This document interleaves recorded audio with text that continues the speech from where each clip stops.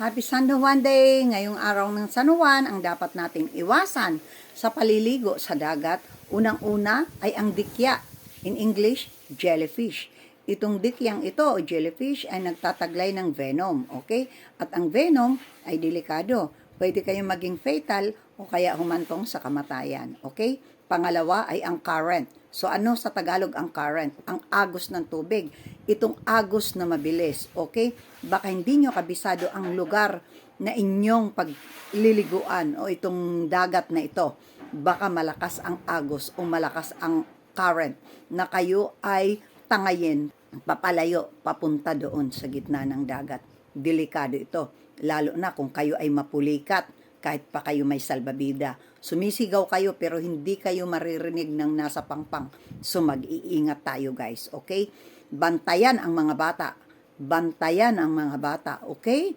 I-remind yan sa kanila. Talagang nakatingin tayo sa mga bata. Huwag natin silang hayaan na maligo lang dyan sa dagat mag-isa. Kahit pa sa swimming pool, kung itong swimming pool na ito ay may malalim na tubig, bantayan ang mga bata dahil kung nabalitaan nyo na may namatay na 2 bata, di ba, dahil sa paliligo sa swimming pool, okay? At pangatlo, ito yung dapat natin iwasan din, ang pating, di ba? Delikado na baka may pating, baka may maligaw na pating. Alam natin ang pating na lumulunok niya ng tao, lalo na kung may dugo. Kung makita nilang mayroon ka ng dugo sa katawan, una aamoy nila itong dugong ito. Yan, kung maamoy nila, lalo ka na nilang aanuhin dyan, lalapain dyan, o talagang kakagatin. My God, delikado.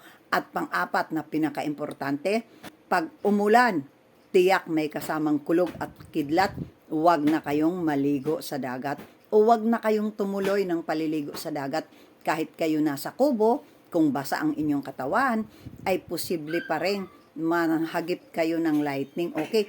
Dahil ang tubig, ang big conductors ng lightning o ng kidlat, meaning, ang tubig ang pinakamalaking nagdadala ng pagtama ng kidlat, okay? Tapos, kahit mayroon kayong tent, yung tent na inyong tinatayo, ang mga bakal dyan, ang mga poste dyan, yan ay delikado pa rin sa kidlat. Yung mga metal na yan. Plus, ang inyong katawan, basa, o kung anuman ang nasa inyong katawan, natatamaan nito ng metal tulad ng jewelries, ganyan, gold yan o silver, basta yan ay metal. Okay, delikado. At yung mga nasa poste nga na itinayo yung sa tent, yun yung mga bars, delikado. So guys, mag-iingat tayo, okay? Yan po ay paalala ko. So enjoy San Juan Day everyone!